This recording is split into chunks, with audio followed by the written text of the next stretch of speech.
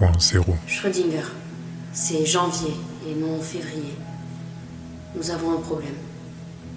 Oui, nous sommes le dernier soir du dernier jour de février. C'est pour cela que je dis que nous avons un problème. Je ne suis pas là pour répondre aux questions et vous présenter notre rapport, mais pour vous questionner en amont. Je sais, nous ne respectons pas l'une des règles fondamentales, mais février refuse de se présenter. Même si je ne suis qu'une employée d'un service juridique, Mars est lui connaisseur des principes constitutionnels et de la lecture des textes. Aussi, de manière collective et avec son expertise, nous avons relu les règles du protocole plusieurs fois.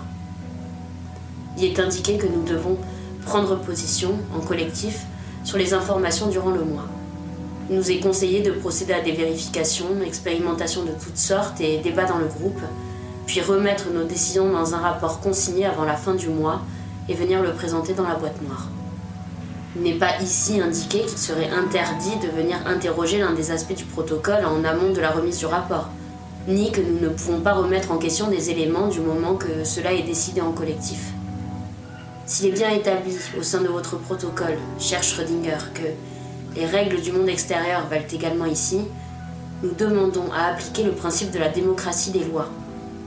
D'autant plus qu'il est soulevé que, si de manière exceptionnelle, au regard des circonstances, les règles du protocole prévalent sur celles du monde extérieur, nous pouvons, pour une raison propre aux règles du protocole, déroger aux règles. Nous désirons remettre en question la règle suivante. La personne est celle portant le nom du mois en question. Elle doit s'épancher sur ses ressentis, expliquer la vie du groupe, les échanges et les réflexions qui ont conduit aux décisions du rapport. Votre propre protocole soulève qu'il est accepté qu'une dérogation ou une rétribution soit interne au groupe à l'égard d'un membre, votée à la majorité absolue ou relative suivant vos observations et votre nombre restant. Nous demandons à l'appliquer à l'égard de février. Je vous en dirai plus sur les événements qui ont conduit à cette situation suivant votre réponse que je transmettrai au groupe. Étant à la fin du mois de février, j'ai besoin d'un retour immédiat de votre part. Oui ou non. Souhaitez-vous maintenir la règle clairement établie dans le protocole signé par les participants? La personne à représentant est celle portant le nom du mois en question. Si oui, répondez ceci. La survie de l'espèce humaine dépend du strict respect des conditions présentées. Les règles sont claires et elles furent acceptées en l'état. Merci de présenter février, qu'il vienne comme convenu s'épancher sur ses ressentis, expliquer la vie du groupe, les échanges et les réflexions qui ont conduit aux décisions du rapport. Rendez-vous ici en 2.1. Sinon, répondez ceci. Votre interprétation des règles du protocole est conforme à l'esprit du texte. Dans ces conditions particulières de confinement et de pandémie mortelle, nous devons entendre que le collectif des 12 puisse déroger à certaines directions préétablies du protocole afin de mener à bien sa mission. Afin de respecter la procédure de dérogation, merci de nous faire part au plus vite du vote collectif et des décisions des 12 à propos de la règle révisée de la présentation du mois, puis de présenter comme convenu un membre représentant qui viendra s'épancher sur ses ressentis, expliquer la vie du groupe, les échanges et les réflexions qui ont conduit aux décisions du rapport. Rendez-vous ici en 2.9.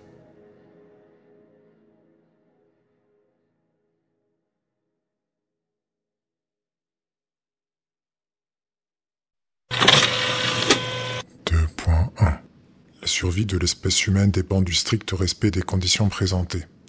Les règles sont claires et elles furent acceptées en l'état. Merci de présenter février, qu'il vienne comme convenu s'épancher sur ses ressentis, expliquer la vie du groupe, les échanges et les réflexions qui ont conduit aux décisions du rapport. Vous êtes une horrible personne. Si d'ailleurs vous êtes humain, ce qui pour être totalement franche m'étonnerait beaucoup. Je remonte donner votre décision au groupe, et plus précisément à février, qui ne sera pas en bon état à sa descente. À très vite. Vous maintenez votre décision et attendez que février vienne vous lire le rapport du mois. Rendez-vous ici en 2.2. Vous revenez sur votre décision. Répondez ceci. Je vous prie de m'excuser, je ne voulais pas paraître insensible. En y réfléchissant bien, votre interprétation des règles du protocole est adéquate à l'esprit du texte. Dans ces conditions particulières de confinement et de pandémie mortelle, nous devons entendre que le collectif des 12 puisse déroger à certaines conditions préétablies du protocole afin de mener à bien sa mission. Afin de respecter la procédure de dérogation, merci de nous faire part au plus vite du vote collectif concernant les décisions à propos de la règle révisée de la présentation du mois, puis de présenter comme convenu février, s'épancher sur ses ressentis, expliquer l'avis du groupe, les échanges et les réflexions qui ont conduit aux décisions du rapport. Rendez-vous ici en 2.9.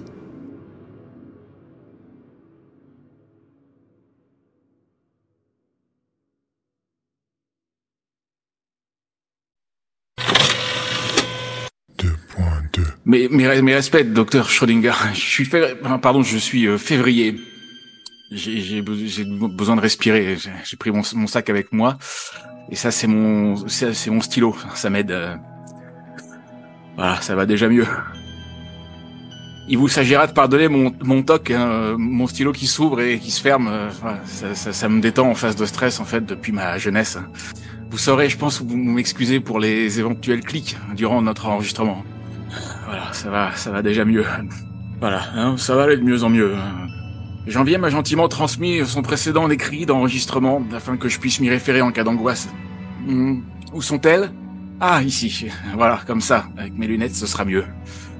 Alors, docteur, me voici à mon tour dans la fameuse boîte noire, hein, pour vous parler, lire et remettre un second document, et ceci conformément aux règles du protocole pour la survie de l'espèce humaine. Les réponses qui résident sont proposées par les 12. Il est aussi question... Pardonnez-moi. Ça va mieux.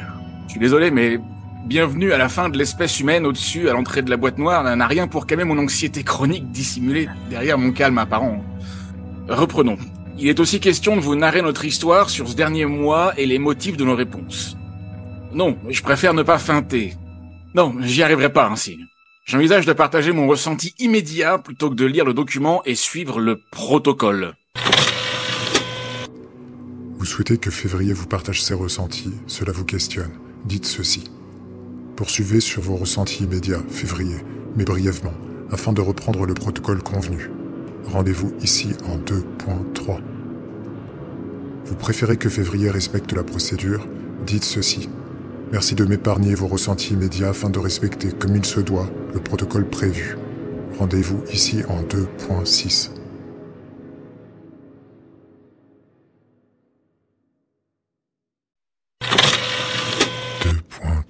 Poursuivez sur vos ressentis immédiats, février, mais brièvement, afin de reprendre le protocole convenu. Rien de tout ce qui nous sera transmis ici ne permettra quoi que ce soit, n'est-ce pas? Je reprends le contrôle de mon corps et de l'anxiété. C'est courtois de votre part, docteur Schrödinger, d'accepter d'entendre mes ressentis. Tout d'abord, je vous affable du titre de docteur, comme l'était celui dont vous portez le nom, afin de me convaincre d'échanger avec un humain et non une machine. Mais mes certitudes trahissent mes espérances, comme mon raisonnement a toujours percé la foi durant mon éducation. Je ne peux vous voir autrement que ce que vous êtes. Une chose déshumanisée, réifiée, une intelligence artificielle sans doute. Oui, je dois confesser que j'ai compris l'ampleur du paradoxe dans lequel nous étions dès les premières informations transmises. En plus exactement, j'ai pressenti les problèmes de la situation dès mon réveil en ce lieu étrange. Je viens pas d'un monde ordinaire. Je viens de celui de la recherche, de la science, des expérimentations, des protocoles. Pas parce que je suis moi-même un scientifique, hein, ou du moins pas à l'origine, mais parce que je suis issu d'une famille qui a vécu dans le secret d'État et le complotisme permanent. À l'instar de mes congénères, je garde les séquelles de mon développement. À mon vieil âge et ma sagesse apparemment si visible et si fausse, je m'ironise presque à constater à quel point les péripéties infantiles forment des kystes de personnalité qui demeurent, ici et là, dans nos réactions quotidiennes. Oui, toujours oui. Ce fut mon quotidien dès l'enfance. Puis à l'âge adulte, le monde de la robotique m'a mené vers des contrats de différentes natures, ayant tous pour point commun la culture du secret. Ainsi, dès que vous m'avez parlé, j'ai compris. Rien de tout ce qui nous sera transmis ici ne permettra quoi que ce soit. J'en suis venu à cette simple question. Pourquoi ce protocole si tout est déjà perdu? Si nous sommes ici, c'est pour une autre raison. Une raison qui nous dépasse tous. Cela dépasse le sauvetage par Janvier, les autres ou moi. Cela nous dépasse et en même temps se rapporte précisément aux 12. Pourquoi alors? Poursuivez ici en 2.4.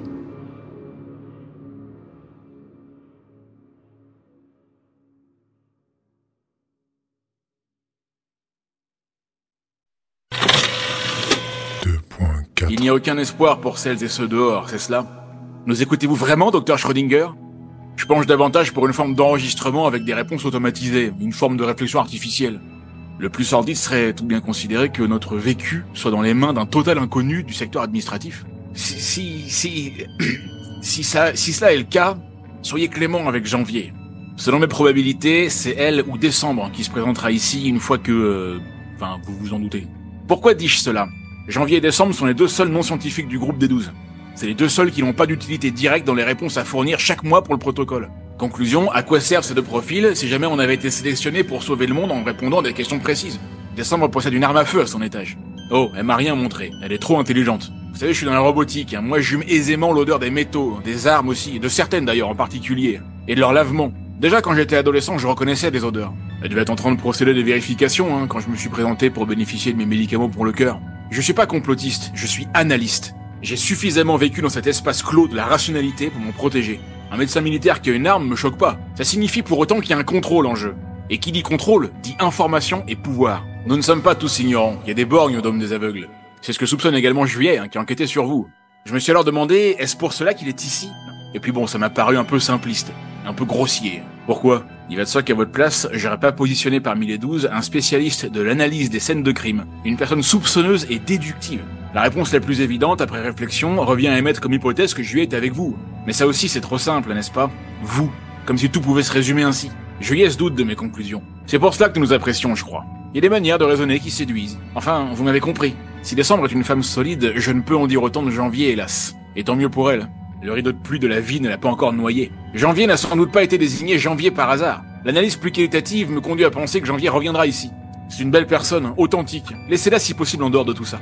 Et finalement, en quoi les supplications d'un vieil homme devraient attendrir celle ou celui qui est là? Prenons plaisir à le voir supplier. Tous, autant que nous sommes, n'avons certainement pas été choisis au hasard. Certainement vous non plus, docteur Schrödinger, qui m'écoutez ou me lisez en retranscription. Cet élément, évidemment, corrélé à celui du non-sens des décisions, a mené mes pensées vers cette réflexion personnelle, dont je m'excuse pour son aspect auto-centré et sa bassesse. Pourquoi moi? Je sais qu'aucune souris de laboratoire ne pourra comprendre l'étendue des informations et des enjeux qui la poussent à courir dans un labyrinthe humain. Comme une souris, je ne peux trouver la réponse. Voici une évidence. Néanmoins, par mes actions, je peux aider les autres à sortir du labyrinthe, quelle que soit son origine. Pour cela, il n'y a qu'une solution. La survie de l'espèce humaine est au-dessus de tout. Vous insistez pour que Février vous parle du protocole. Dites ceci. Février, d'ici nous ne pouvons agir sur vos ressentis. Nous vous conseillons d'en parler aux autres dès votre sortie de la boîte noire. Je vous remercie de poursuivre et nous fournir les informations concernant le protocole. Rendez-vous ici en 2.6. Vous souhaitez prendre en considération l'état émotionnel de Février, plus que la nécessité du protocole. Dites ceci. Février, nous comprenons vos ressentis et la difficulté de la tâche. Nous vous proposons de vous arrêter ici. Remontez dans le dôme, auprès des 12, pour y avoir du soutien. Nous vous conseillons plus précisément d'en faire part à Novembre, psychologue, et Décembre, médecin, qui pourront vous guider au mieux à l'aide de leurs compétences. Rendez-vous ici en 2.5. Vous avez déjà échangé avec Février concernant les éléments du protocole 2.6 et 2.7. Dans ce cas, vous le remerciez avant qu'il se rende dans l'ascenseur. Rendez-vous ici en 2.9.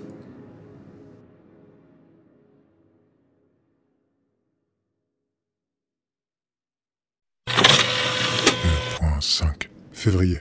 Nous comprenons vos ressentis et la difficulté de la tâche. Nous vous proposons de vous arrêter ici. Remontez dans le dôme, auprès des 12, pour y avoir du soutien. Nous vous conseillons plus précisément d'en faire part à Novembre, psychologue, et Décembre, médecin, qui pourront vous guider au mieux à l'aide de leurs compétences.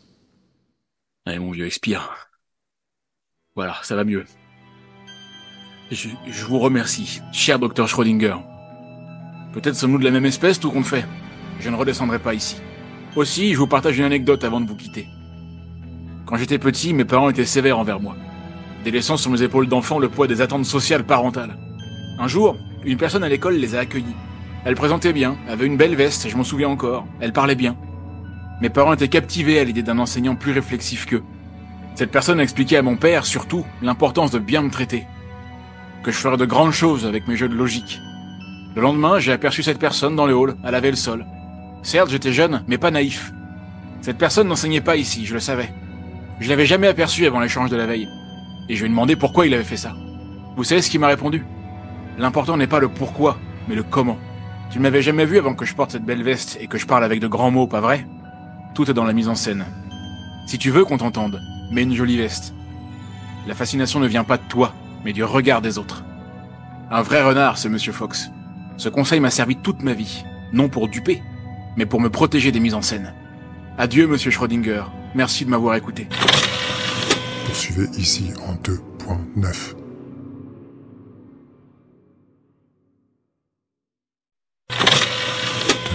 2.6 février. D'ici, nous ne pouvons agir sur vos ressentis. Nous vous conseillons d'en parler aux autres dès votre sortie de la boîte noire. Je vous remercie de poursuivre et nous fournir les informations concernant le protocole. Certes, le protocole. Merci, docteur, pour cette humanité. Hélas, pas la meilleure. La partie totalitaire de notre espèce.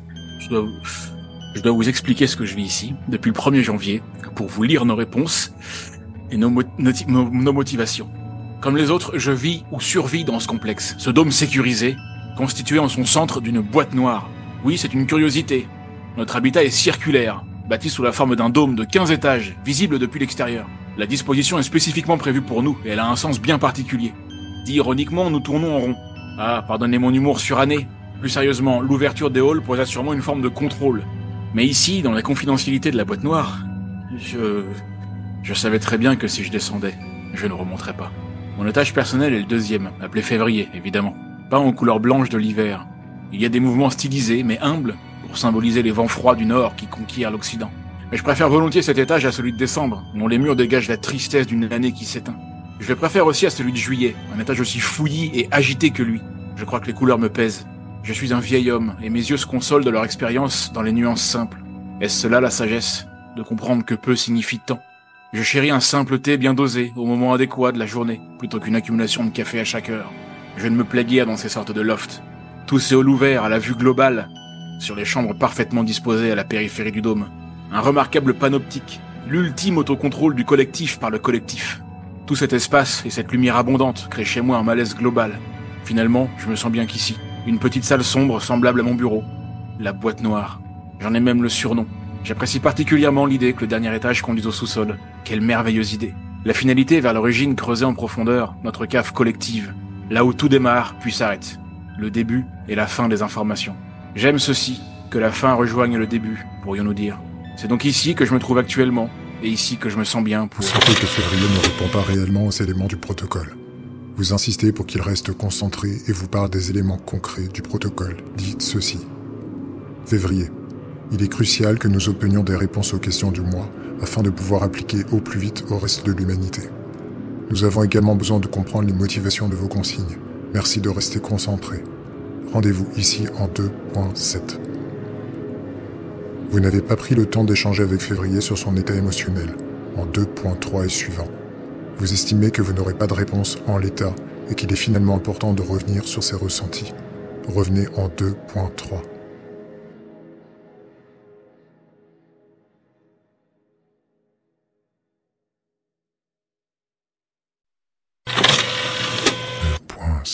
Février. Il est crucial que nous obtenions des réponses aux questions du mois afin de pouvoir les appliquer au plus vite au reste de l'humanité. Nous avons également besoin de comprendre les motivations de vos consignes. Merci de rester concentré. Je vois. Vous le trouverez ici, le rapport, signé par les 12. Il est voté presque à l'unanimité, puisque vous y verrez 10 votes de confirmation. Je suis pas autorisé à le dire, il me semble, mais qu'importe. Il ne manque que le vote doute, et moi-même qui ne peux y souscrire. Qu'importe aussi l'importance de la réponse, ou encore le sens de la question. Je me libère du processus même. Je vais le reformuler. Docteur Schrödinger, je me fiche complètement du protocole et des conséquences éventuelles. L'histoire de ce virus qui affecte le système neurologique des Homo sapiens. Je l'ai souhaité si souvent. J'ai laissé des consignes très précises à ce sujet aux 12. Oh, non pas sur un sauvetage, j'ai bien compris l'inutilité de l'action, mais sur ce qui va les attendre. L'avènement des intelligences artificielles. Ils vont se poser 1000 questions. Mais vous savez, pour un ingénieur de la robotique, c'est d'une banalité. Voici, ironiquement, mes seules préconisations concernant l'évolution de la situation. Dès maintenant, il faut prévoir la fin. Et à la fin, le champion d'échecs Garry Kasparov en a fait les frais pour l'humanité. C'est toujours la machine qui l'emporte. C'est le moment de me retirer et de vous dire adieu, docteur Schrödinger. Transmettez mes salutations à Janvier, qui est sûrement la plus innocente dans l'histoire, et à Juin, pour sa joie de vivre. J'ai pris plaisir à me prêter à ce jeu du « je sais que tu sais » avec Juillet. Surtout, pardonnez-moi auprès de Décembre d'utiliser son traitement de manière létale. Ce qui sauve, tue également. J'aurais aimé avoir un message à transmettre à une famille, mais je ne suis marié qu'à la solitude, l'isolement social, l'absence, qui me semblaient si profitables en sortant d'une famille complexe, me sont aujourd'hui des regrets évidents. La seule personne pour qui j'ai une tendre pensée, c'est Fox. Me reviennent ces moments d'enfance, à trafiquer des prises électriques avec lui. Le suicide est la seule voie possible. Tant pour m'absoudre d'une culpabilité qui me rongerait, que pour tenter au mieux d'aider les autres membres. Vous voyez les portes de l'ascenseur se refermer sur les yeux clairs de février, puis, bien plus tard, s'ouvrir sur le regard sombre de janvier. Poursuivre en 2.8.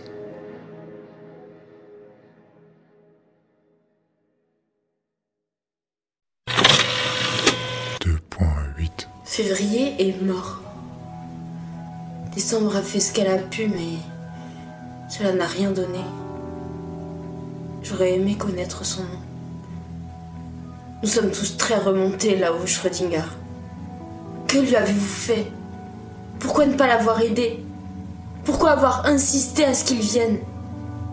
Je vous avais dit qu'il craignait de descendre dans la boîte noire et vous mainteniez votre décision. Souhaitez-vous sauver les vies de ceux extérieurs au prix du sacrifice des vies de notre groupe? Vous répondez qu'il n'y a pas de retour possible. Il faut poursuivre. Le choix de février lui appartient. Il n'était occasionné par personne d'autre que lui. Il aurait pu se produire en extérieur au regard des circonstances de l'épidémie. Présentez-nous, janvier, les conclusions des 12 à propos du mois de février. Poursuivez ici en 2.9. 2.9. Puisque février ne peut pas assurer la lecture du rapport, et au regard des circonstances, nous avons révisé la règle du protocole conformément à notre échange de départ. La lecture du rapport et le recueil des votes n'ont pas été les premiers sujets ayant provoqué des tensions dans le groupe. Vous vous doutez bien qu'entre Mars qui est surinvesti et Août qui se fiche de tout, cela a dégénéré plus d'une fois. L'apaisement souhaité par Novembre ne plaît pas à Mai, qui remet tout en question. Porte bien son nom d'ailleurs, avec des mais à chaque phrase. Heureusement, la joie de Juin reste communicative. Ce qui a réellement cristallisé les tensions, c'est la responsabilité à porter, plus lourde qu'une pierre dans le cœur, et reconduite une nouvelle fois par les questions du mois. J'y reviendrai, l'essentiel étant de retenir que nous ne parvenions pas à nous départager. L'idée proposée par Février est de désigner un ou une responsable aux 12, qui tranche en cas d'égalité comme cela est déjà plusieurs fois arrivé. Il était aussi convenu, dans des cas similaires, que le ou la responsable détermine une solution parmi plusieurs suggestions proposées et argumentées. Hormis Mars, attaché au débat et au vote démocratique, tout le monde accepta. C'est la fin de la représentation démocratique. Comme le dit Mars. Mars s'en remit au groupe, mais à une condition. Celle que la personne désignée responsable ne soit pas scientifique. Selon lui, cela supposerait qu'une spécialité fasse autorité sur les autres. Septembre approuva, en indiquant qu'il ne faisait pas vraiment confiance à ce qu'on appelle des scientifiques, même s'il en fait partie. Mais en même temps, Septembre fait-il confiance à quelqu'un? Il ne restait que Décembre et moi. Mais s'opposa immédiatement à ce qu'une militaire, même médecin, ait le contrôle sur le groupe. Chimistes, anthropologues, psychologues, politologues, qu'importe la spécialité, ils étaient tous d'accord. Je me suis ainsi retrouvée responsable des 12 pour l'année. Voici l'avènement de la dictature, dans le premier sens du terme. Ce qui vient de se produire avec Février a renforcé la décision que, en cas de problème ou refus, seule la responsable se présentera chaque mois dans la boîte noire. J'ai voté contre. Mais étant la responsable désignée, je ne peux me censurer. Nous avons mesuré, en février, à quel point nos préconisations avaient de grandes conséquences. Nos décisions sont effectivement appliquées sans aucune retenue, immédiatement. Schrödinger, vous n'êtes pas un filtre, vous êtes une baltringue.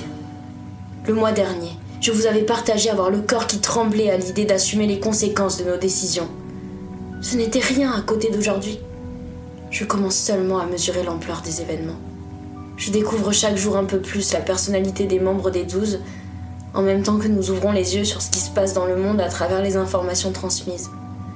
C'est surréaliste, par-delà l'entendement. Vous souhaitez obtenir immédiatement les réponses aux questions du mois de février. Poursuivez ici, en 2.12.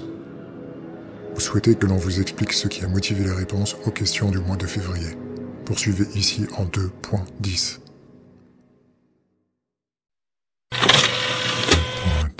Nous avons bien reçu en début de mois de nouveaux dossiers, complets, de différentes natures. Nous avons lu en collectif les éléments essentiels de présentation des pièces et les informations clés. Puis nous avons réparti les dossiers. Évidemment, les membres des sciences dures, comme février en robotique, avril en épidémiologie, juillet en criminalistique, août en physique, septembre en économie, ont souhaité obtenir les données statistiques en priorité. De leur côté, ceux qui se qualifient des sciences subtiles ont préféré les témoignages écrits et les vidéos. Mai, la philosophe fataliste, juin, l'éthologue optimiste, octobre, l'historienne prophétique et novembre, la psychologue positive. Oui, des surnoms aux surnoms. Disons des ajouts personnalisés pour m'aider à me repérer parfois. C'est Juin, avec sa joie si communicative, qui s'est amusé à nous donner des surnoms. J'ai trouvé l'idée excellente. Seul le politologue Mars, est resté en retrait des informations brutes avec Décembre, la médecin, et moi, l'assistante juridique inutile, mais désormais chef. Cherchez la logique, Schrödinger, puis partagez-la moi. Ceci ne nous absout pas du travail collectif, c'est seulement que nous naviguions d'un groupe à l'autre avant la mise en commun des réflexions. Cette façon de procéder me convient. Ainsi, je passe plus de temps avec Décembre, que j'apprécie. Je sens que c'est réciproque, voire un peu plus que ça. Peut-être est-ce pour cela qu'elle accepta, même insista pour que je sois la responsable et elle dans le rôle d'adjointe. Elle ne m'en dit rien, évidemment. C'est une femme réservée, intelligente, observatrice. Et savoir que nous sommes filmés et sous surveillance ne facilite pas la désinhibition. Dans d'autres circonstances, je ferai le premier pas. Il faut dire qu'elle est sexy avec son tempérament tout à la fois autoritaire et bienveillant, sans compter son physique qui attire l'œil. En parlant de désinhibition, nous sentons que c'est compliqué pour plusieurs d'entre nous. Il n'y a pas que l'enfermement, les contacts, la pression. Il y a aussi les manques. N'en parlons pas, mais ici il n'y a ni alcool, ni cigarettes, ni surplus d'alimentation. Tout a été prévu pour la stricte nécessité, la survie et non les plaisirs. Si le monde survit et qu'une autre pandémie apparaît, et qu'un autre groupe se retrouve ici, je sais que ça fait beaucoup, je vous suggère de prévoir les à côté. Enfin, c'est pas le seul conseil qui me vient en tête, mais je vais rester poli. Bref, certaines données ont exigé des précisions, des vérifications, des calculs, ou bien des analyses croisées et débats avant de remettre nos décisions dans le rapport du mois, et de venir le présenter dans la boîte noire. Pour être exact, avant de ne pas venir le présenter à temps et comme convenu dans la boîte noire. Nous avons alors mesuré, moi plus que les autres, que je suis naïve, les conséquences de nos mauvais choix. Je pense que c'est ce que Février a mal vécu. Nous ne sommes pas dans un laboratoire avec des machines. Enfin, quoique, mais face au monde, avec l'espèce humaine à sauver. Poursuivez ici en 2.11.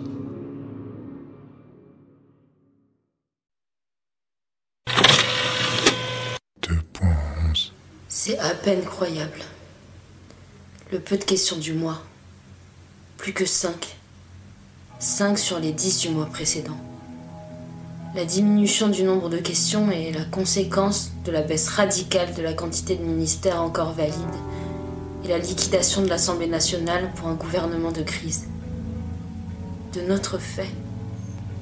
Et déjà la 3e mutation du virus. Une 3e mutation via une 3e vague au sein de laquelle les symptômes se renforcent. Ce que nous avons observé sur les spécimens touchés depuis la salle collective du 7e étage. Il y a désormais des crises aiguës, mais aussi, ce qui est nouveau, des effets à moyen terme. Nous espérons évidemment que ça ne se maintienne pas sur du long terme. La question 12 du Premier ministre le mois dernier est devenue une réalité, alors que notre réponse demeurait un accord infantile, sans réelle conscience. Nous avons vu les vidéos des réactions des parlementaires, abasourdis d'être ainsi mis de côté, nos propres représentants. Nous avons vu, dans leurs yeux, la panique du poids de la responsabilité confiée à si peu de personnes encore présentes. Il y a 1 mois, la question d'une dissolution de l'Assemblée nationale avait généré chez nous un rejet immédiat. Nous aurions sans doute dû nous y tenir. Ou peut-être aurions-nous pu davantage intégrer les avertissements de décembre qui nous estimaient profondément naïfs. Je m'étais outrée de ce qualificatif, mais je constate qu'elle avait mieux saisi que moi les enjeux. J'étais naïve. S'il était possible de faire marche arrière, je foncerais sans hésiter. Comme vous vous en doutez, Schrödinger, à baltringue, nous regrettons tellement nos réponses aux questions 6 et 11. Comment se fait-il que des décisions si importantes soient confiées sans relecture à un petit groupe exclu comme le nôtre? La question du ministère des Affaires étrangères nous avait demandé si, sur le plan géopolitique, nous devions négocier de grands projets de financement avec des pays estimés hostiles. Et naïfs, nous avions répondu que oui, sans réserve. Pour septembre, en bon économiste, et mars, en analyste politique, c'était évident, tant pour créer de la richesse que pour préserver la paix. Nous n'avions pas pris en considération le type de richesse, à qui il revenait et quelle modalité de paix était visée.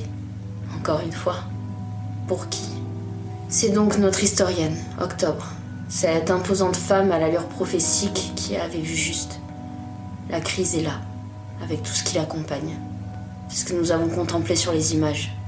Tous ces déplacements de population, les invasions, la restriction des brevets et les ventes délibérément mercantiles des outils de prévention et de soins. Il était difficile de prévoir que les accords de non-agression puissent être ainsi refusés par certains pays et que cela rende visibles les tensions idéologiques et les soupçons complotistes. Il était tout aussi invraisemblable pour nous de prévoir ces réactions de vente d'armes par filière pour permettre à des sous-groupes de se défendre. Il n'y a pas d'arme assez puissante pour vaincre les idées ancrées. Juin, si sensible, d'une empathie rare qui sublime sa posture d'anthropologue, en a cassé ses lunettes au sol lorsqu'elle s'est effondrée en larmes devant les images. Oui, je parle des pièces V30217, de 4022 à 4257, 6098. Je ne me remets pas non plus de ces images de familles, apeurées, groupées en masse, aux frontières occidentales, attendant une solution qui ne vient pas. Et dans un même temps, des soldats de la liberté qui tantôt les utilisent, tantôt les prennent en chasse. La signature du traité de non-agression a conduit à d'autres méthodes d'intimidation et de relations de pouvoir. La fin des guerres n'est donc pas le début de la paix. La paix est une forme de conflictualité. Vous nous aviez aussi demandé si nous devions fermer les lieux à risque. C'était une question du ministère de l'Environnement, il me semble. Les cataclysmes issus des arrêts, des pertes énergétiques, les avions écrasés en zone à risque, les procédés d'urgence pour refroidir certaines centrales et leur arrêt immédiat sont autant d'éléments qui montrent à quel point nous étions ignorants des problèmes, malgré les grands esprits regroupés ici parmi les 12. Le protocole nous a donc encore fourni un grand nombre d'informations. Honnêtement, nous aurions préféré ne rien savoir. Voici nos réponses concrètes pour le mois de février, en espérant qu'il ne soit pas trop tard. Rendez-vous en 2.12.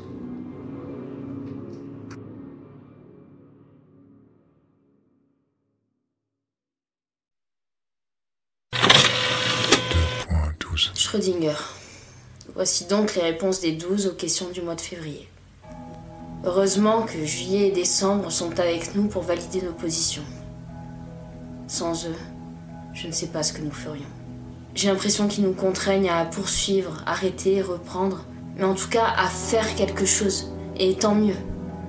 La sidération est un luxe que nous ne pouvons pas nous permettre. Nous venons de le comprendre. Si nous faisons le point, voici ce qui a déjà été effacé par la pandémie. La question du Parlement a disparu, celui-ci n'existant plus. L'Assemblée nationale fut dissoute et le Sénat n'a pas pu tenir de séance en février. Nous espérons qu'il restera en vigueur. De plus, le ministère de l'Agriculture, le ministère de l'Environnement, le ministère de la Culture, Le ministère de l'Éducation nationale et de l'Enseignement supérieur ont été mis à distance et ne sont pas inclus dans le gouvernement de crise. Ce mois-ci, les 10 commandements se sont transformés en règles des 5 points. Putain de main droite qui ne se contrôle plus. Se fait-on un jour à la pression, ou cela finit-il en rupture d'anévrisme? Même si ma gorge et mes poumons me brûlent, je ne sais pas ce que je donnerais pour une cigarette, juste une si c'était possible. Je n'étais pas une grosse fumeuse. J'ai arrêté il y a un moment, mais il y a des contextes comme là où j'accepte volontiers de replonger. Si je comprends bien, nous sommes passés en un mois d'1 à 2 milliards d'êtres humains sur Terre touchés par le virus, c'est-à-dire bientôt un tiers de la population. Ma famille et mes amis sont forcément touchés. Et je le serai moi-même si nous ne trouvons pas une solution. Putain, Schrödinger! On veut pas mourir ici planqués à regarder les nôtres y passer sous le poids de nos mauvaises décisions. J'espère que nos réponses de février auront un impact positif. Point 1. Question du ministère de la Santé. Au regard des différents scénarios d'évolution du virus, qui a déjà atteint sa 3e vague et mutation en 3 semaines, estimez-vous qu'il soit toujours nécessaire de maintenir les vaccins d'origine en prévention pour la population valide, ou vaut-il mieux se centrer sur le développement de vaccins adaptés à la mutation et se concentrer en parallèle sur les symptômes curables des survivants? Réponse du groupe. Nous avons particulièrement mal vécu cette question, qui nous demande de choisir entre la peste et le choléra. Pardonnez-moi, cette expression est déplacée en période de pandémie. Encore une fois, heureusement que juillet et décembre sont là pour nous remobiliser.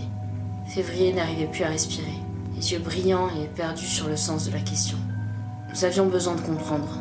Après lecture des éléments envoyés, nous avons mieux pris en considération les informations dans les dossiers.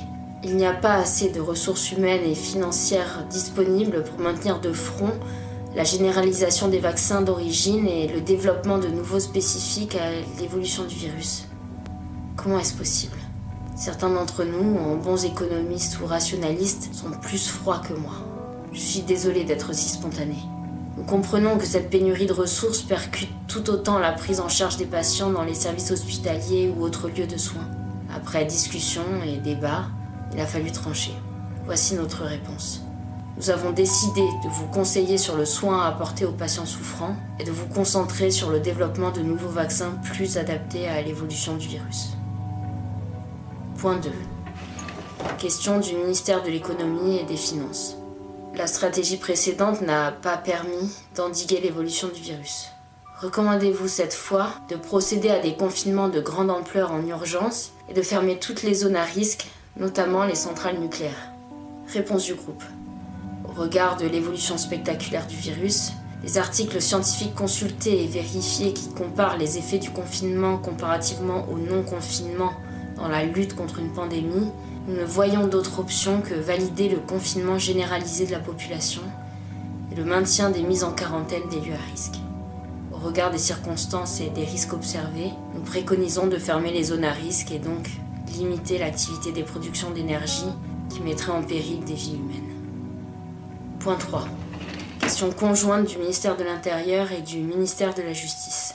Pour des questions de sécurité publique, dans les zones de mise en quarantaine, avec ou sans confinement, validez-vous la généralisation et le renforcement de la loi martiale? Réponse du groupe. Nous ne sommes pas toujours favorables à cette recommandation et ne souhaitons pas expliciter notre raisonnement. Il nous semble évident que le système de justice doit se maintenir de manière juste, équitable et raisonnée. Ce n'est pas une question de moyens, mais d'éthique. Cette question 3 me donne simplement envie de partir sur le champ et de vous laisser vous débrouiller sans nous. Janvier, poursuivez, je vous prie. Il est nécessaire de recueillir au plus vite l'ensemble des réponses des 12 aux questions du gouvernement de crise. Évidemment. Ne soyez pas trop empathique. Ça serait un luxe inutile, comme une clope, un verre ou du chocolat. Bon. Je poursuis, Schrödinger. Point 4. Question du ministère des Affaires étrangères. La négociation avec des pays estimés hostiles n'a pas fonctionné. Recommandez-vous l'espionnage industriel avec les moyens reliés aux fins? Réponse du groupe. Pour être franche, nous avons été plusieurs à nous demander ce que cette question signifie. Les moyens reliés aux fins? Nous avons lu les recommandations approfondies, les documents en lien, et nous nous sommes engueulés. C'est un excellent exemple de désaccord entre nous qui a nécessité mon intervention pour arbitrer. Enfin, j'ai dit stop, puis machin a raison. Une gamine qui erre des gamins. Nous sommes abattus de constater l'inefficacité des traités de non-agression et horrifiés, remontés contre les effets secondaires déplorables issus de cette proposition. Octobre avait raison. Rien ne changera le cours de l'histoire. J'ai donc tranché en accord avec la proposition du ministère. Il vaut mieux ne pas être naïf, agir dans l'ombre, que combattre des moulins à vent. Si l'espionnage peut sauver, qu'il sauve. Je sais. Je parlais d'éthique à la question précédente, mais là, il s'agit toujours de sauver des vies humaines. Point 5. Question du ministère des Armées. Nous subissons des fronts offensifs par des sous-groupes armés, représentant des populations civiles ou non, des menaces croissantes internes et externes aux pays de l'Alliance. Face à cela, nous avons débattu sur 2 options. 1. Créer des unités spéciales soumises à l'autorité sans réserve de généraux expérimentés. Ces unités seraient spécifiquement dédiées à la situation de crise et regrouperaient les armées de mer, de terre et de l'air, ainsi que les services de renseignement de l'intérieur en collaboration. 2. Ne pas créer des unités spéciales, mais faire intervenir en urgence les forces de l'armée de terre sur le territoire interne des pays dépassés et au renforcement de leurs frontières. Dans ce cas, il s'agit de démobiliser des forces déjà en action sur les territoires externes et accepter ainsi le délaissement de certaines populations. Quelle option les 12 valident-ils ? Réponse du groupe. Nous avons débattu ici, car pour tout vous dire, j'ai remarqué que les scientifiques étaient plutôt hostiles à la question militaire, mais et même fermement opposés à toute représentation étatique et a fortiori à ce qui constitue le corps armé. Mais bon, c'est une philosophe du mais. Décembre, médecin militaire, qui connaît donc ce type de questionnement, nous a éclairés aussi lorsque nous l'avons interrogé. Nous avons choisi par défaut. Évidemment, nous ne souhaitons pas créer une sorte de milice ayant les pleins pouvoirs sur la société civile. Pour autant, nous mesurons qu'il serait difficile de partir des fronts et interventions externes et délaisser ainsi autant d'êtres humains. Nous craignons également que la sécurisation des frontières devienne, comme ce que nous voyons sur les images, l'étanchéité ferme des pays occidentaux. Le principe de réalité ici nous conduit à prioriser. Aussi, nous sommes favorables à la création d'unités spéciales sous l'autorité de généraux expérimentés. Validation de ces réponses du groupe soumise à la réserve de la responsable Janvier, donc moi. 10 votes sur 12, 2 membres se sont abstenus. Pour résumer, je suis Janvier, la reine des connes nommée chef des érudits dont un des membres s'est perdu. Nous sommes enfermés ici pendant encore 10 mois pour contrer je ne sais comment l'évolution d'un virus qui nous échappe déjà. J'espère de tout mon cœur que nos réponses permettront la fin du risque nucléaire et des cataclysmes. Je ne sais pas comment nommer tout ça autrement. Schrödinger, pitié, trouvez un moyen de nous sortir de là. Vous n'avez pas pris le temps d'écouter les motivations des 12 concernant les réponses. Demandez à Janvier de vous expliciter cela brièvement. Rendez-vous en 2.10. Sinon, prenez acte du rapport du mois de février en attendant de délivrer en mars les questions du gouvernement de crise.